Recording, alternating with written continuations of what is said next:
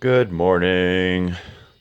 I feel a little bit tired slash very chilled out this morning, and I'll try to keep this video under 2 minutes. I'm challenging myself to keep these under a minute, and they've been going to 5 to 8 minutes.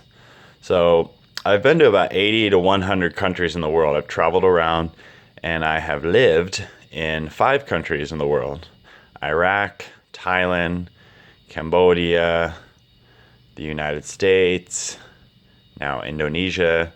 And from what I can tell, and I think I probably have phenomenally more experience than Bill Gates or Mark Zuckerberg or any of the other people who are billionaires, that the most universal concept is egg.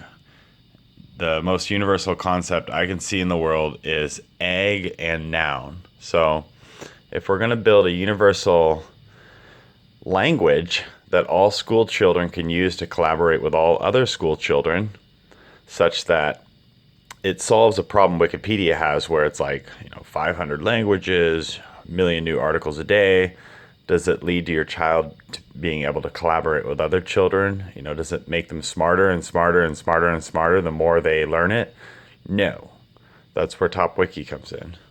So in the context of so what we have to do if we're teaching anyone anything, we have to start with something they're familiar with. So in a certain way, top-Wiki as a universal educational tool that can hit a ubiquity factor of 7 to 8 billion people, every person on Earth, like a personal computer in every home, copy of top-Wiki in every home, we got to start with something that everybody's familiar with, egg.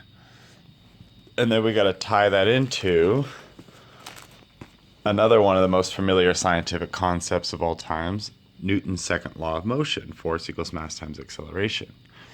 And then if we're really super high speed, we'll tie it into the other 2 concepts that people are the most familiar with in the entire planet, which is male and female.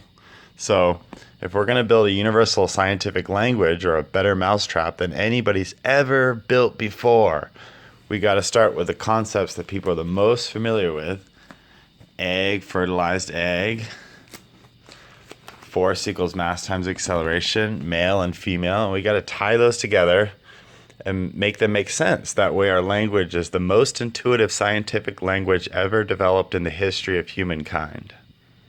And that's top-Wiki standard.